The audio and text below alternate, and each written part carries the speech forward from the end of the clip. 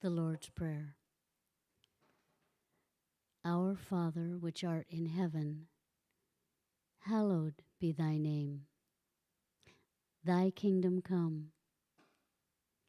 Thy will be done in earth as it is in heaven.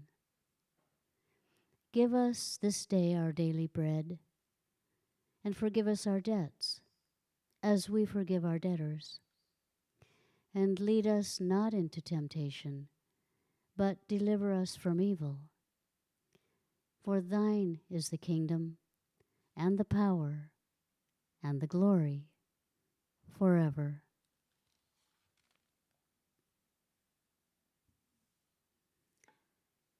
Let's sing hymn number 140.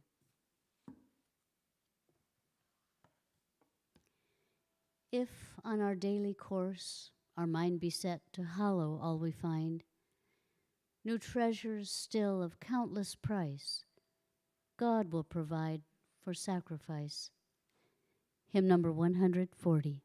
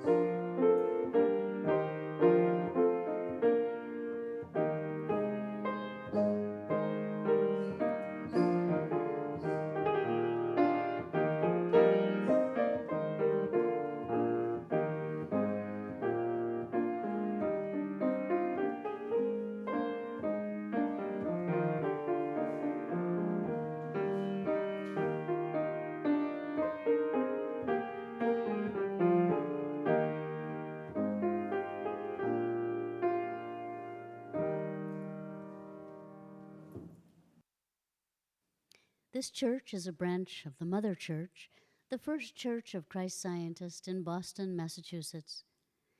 We hold Sunday services at 11 a.m. and Wednesday testimony meetings at 7:30 p.m. We also have services in Spanish, Sundays at 1 p.m. and Wednesdays at 5:30 p.m. Third Church offers Sunday school classes for children and teens where students learn about the Bible characters and lessons and the healing power of truth. For more information on times and classes, please send an email to thirdchurch@thirdchurchnyc.com. Third Church maintains a reading room on the lower level of this building. The reading room provides a quiet place for prayer and study where all are welcome. Here you may also purchase books and recordings on Christian Science. The reading room has the latest issues of the Christian Science Monitor, an award-winning international news weekly, available to read or purchase. Reading room hours are Monday through Friday from 1 to 4 p.m. Christian Science is practical and it heals. Our meeting is now open for all to share experiences of healing and spiritual insights that show God's ever-presence and power in their lives. If you're listening by phone and would like to share a testimony, press star, then the number 6. Our technician will be listening for you and will unmute your line. Please speak directly into the microphone of your phone and don't use the speakerphone. That way we can hear you a little better. If you're watching by Zoom, feel free to unmute yourself and speak.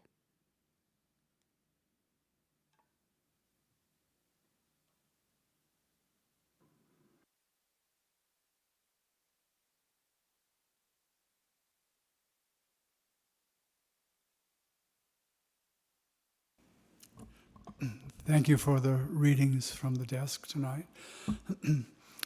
I would like to express gratitude for Wednesday evening meetings, a provision that Mrs. Eddy makes to kind of keep us inspired all through the week. I think originally in her early church, Wednesday, or it was maybe Thursday, was choir practice night. And she decided that that night could be better used for a Wednesday evening testimony meeting.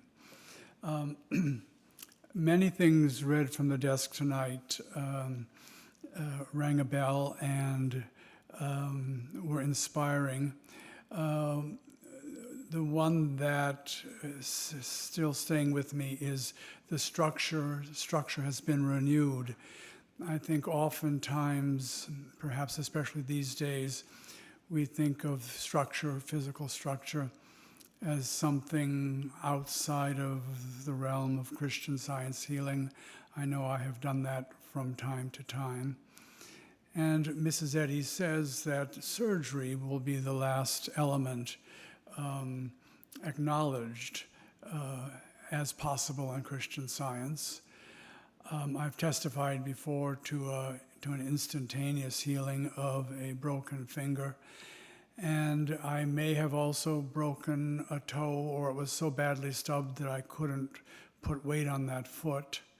And the next morning, after very late night work by a practitioner, I was able to put full weight on the foot, and within a day or two, there was no evidence of bruising or anything. So I know that that's possible. A friend of long ago, I haven't seen her for many years, had an extremely significant and dramatic healing of structure being renewed. I knew her, we were both in a conservatory program in Dallas. She was a year ahead of me.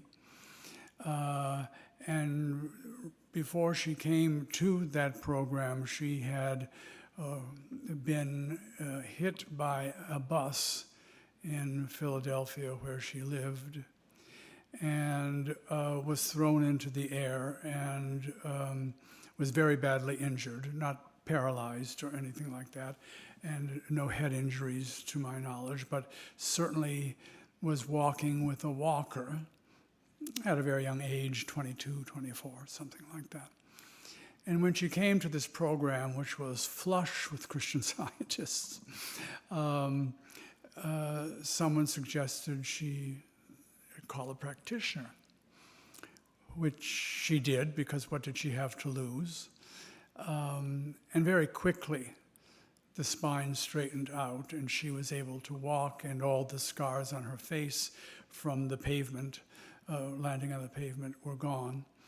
And the practitioner said to her, as they were working early on, that church is a structure of truth and love, and you need a healing of your structure.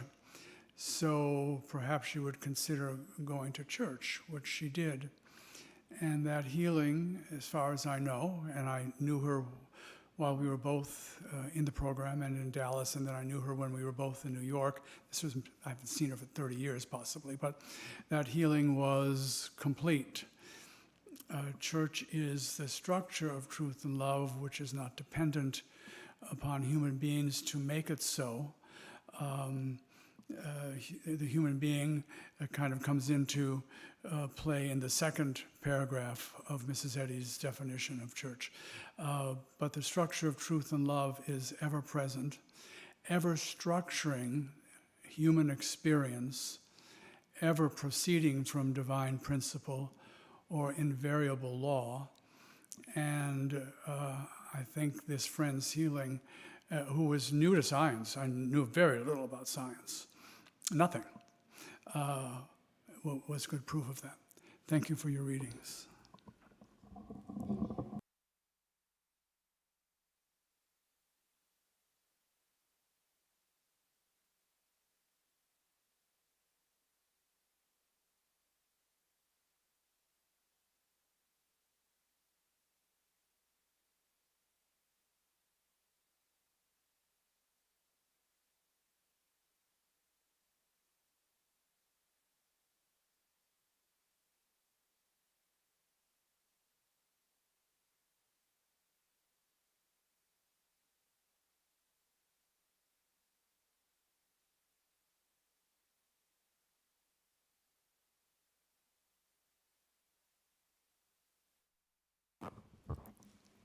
Thank you for your readings, and I want to express gratitude for your term as reader and for all of the readings that you have given to us, both in English and in Spanish.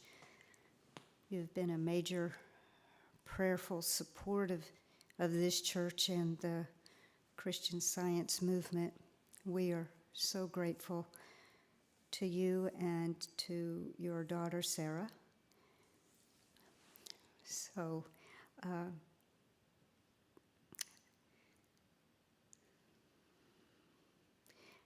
we appreciate the peaceful readings of tonight and for the prayers of safety for all of the events that happened today, for our leadership and government. Thank you for your prayers.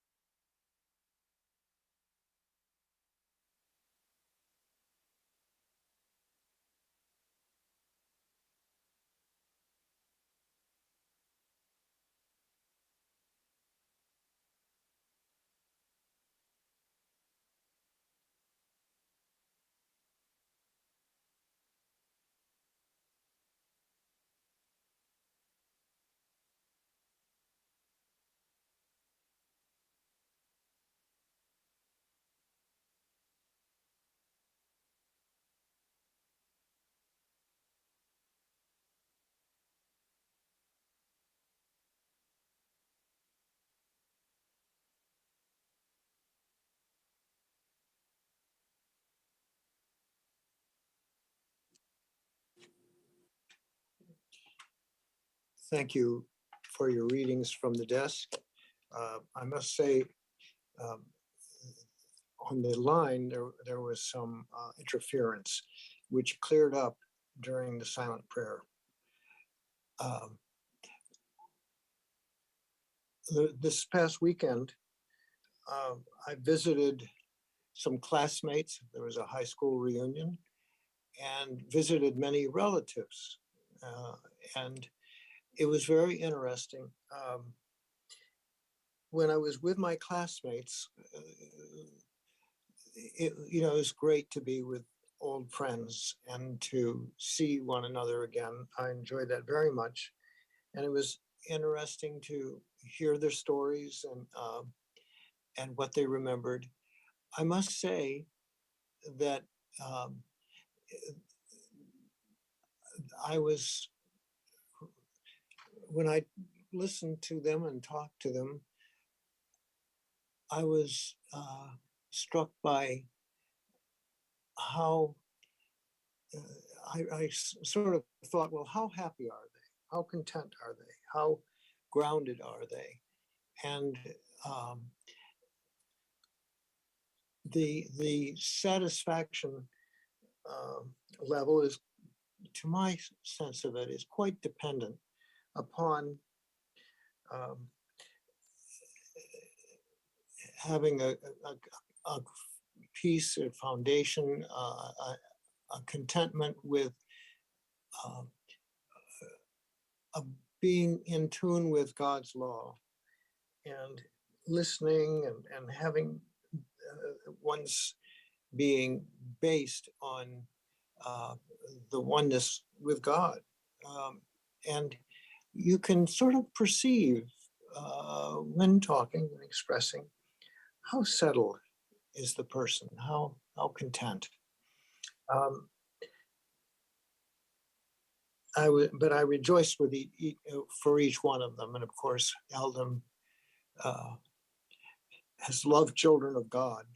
Uh, when I visited with a relative, there was one in particular distress with a disease.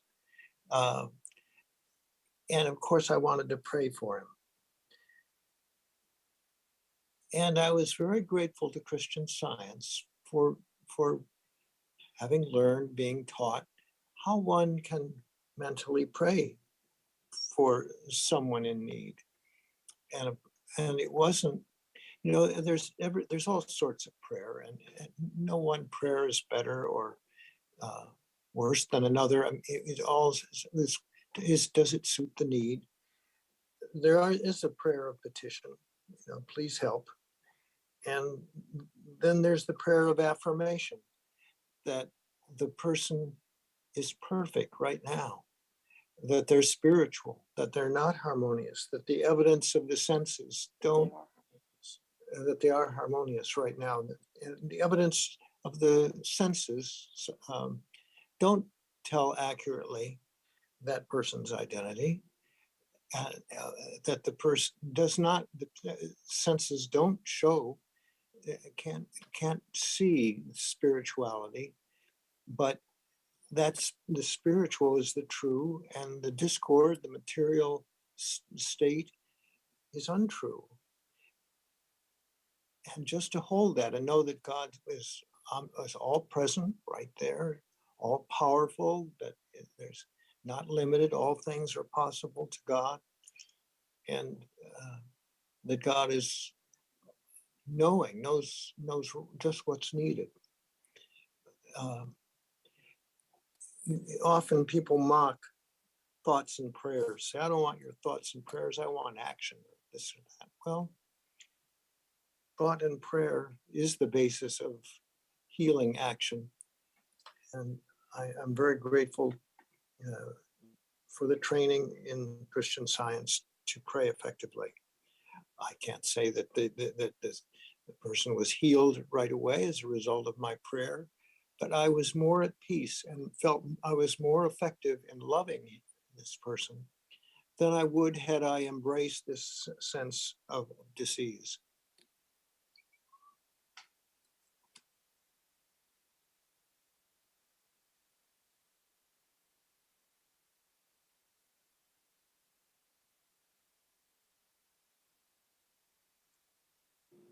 Yeah, I'm also very grateful for all the readings and all the love and prayer and standing up for the truth that you have evidenced and proved, and you and your family, and you'll be with us even though we may not see you, and we look forward to welcoming you back, and certainly send you fondest blessings in your journeys forward.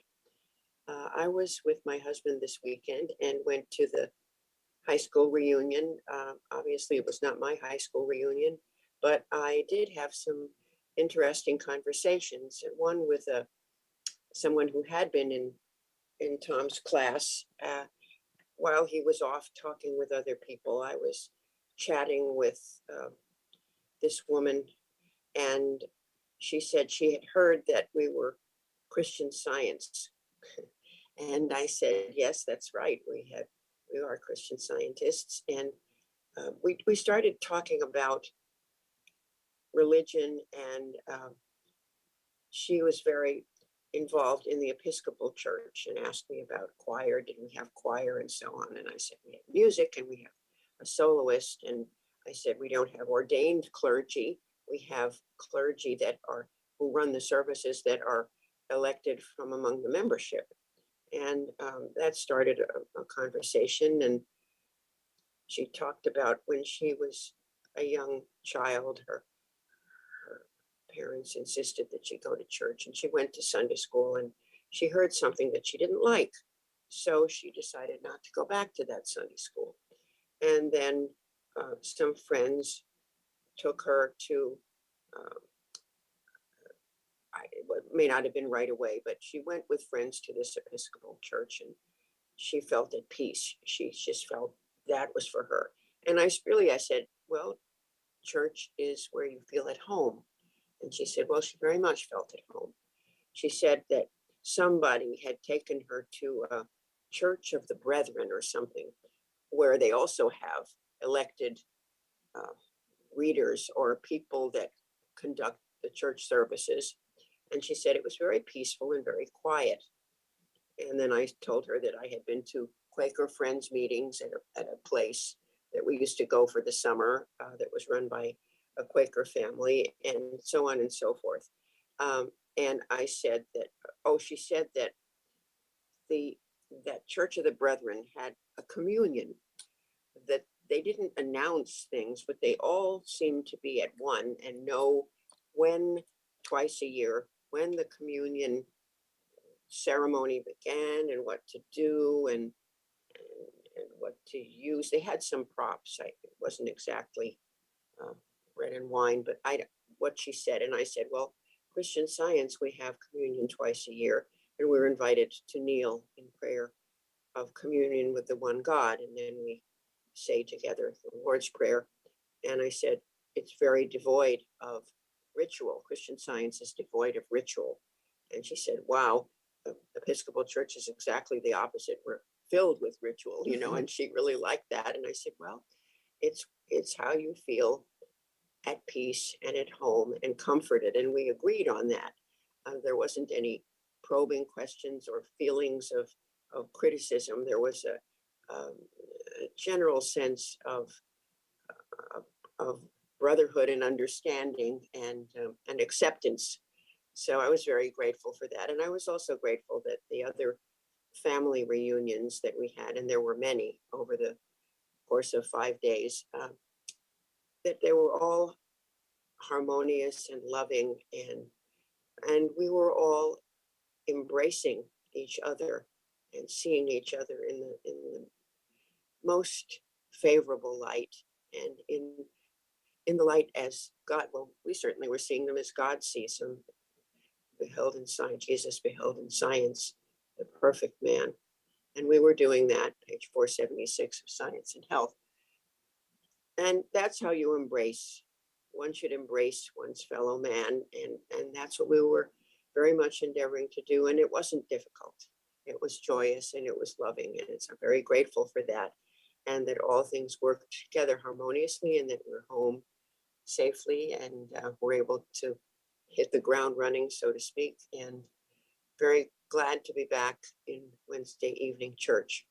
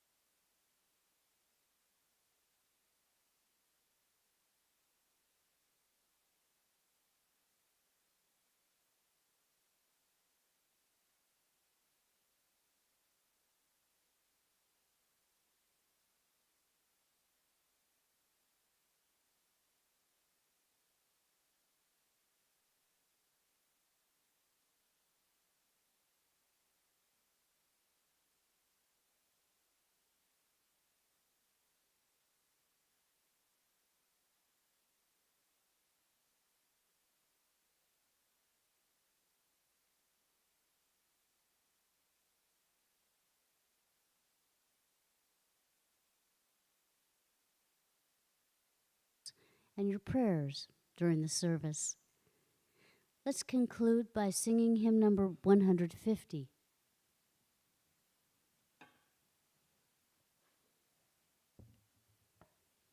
In mercy, in goodness, how great is our King. Our tribute, thanksgiving, with glad hearts we bring. Thou art the renewer, the Ancient of Days, who givest for mourning the garment of praise. Hymn number 150.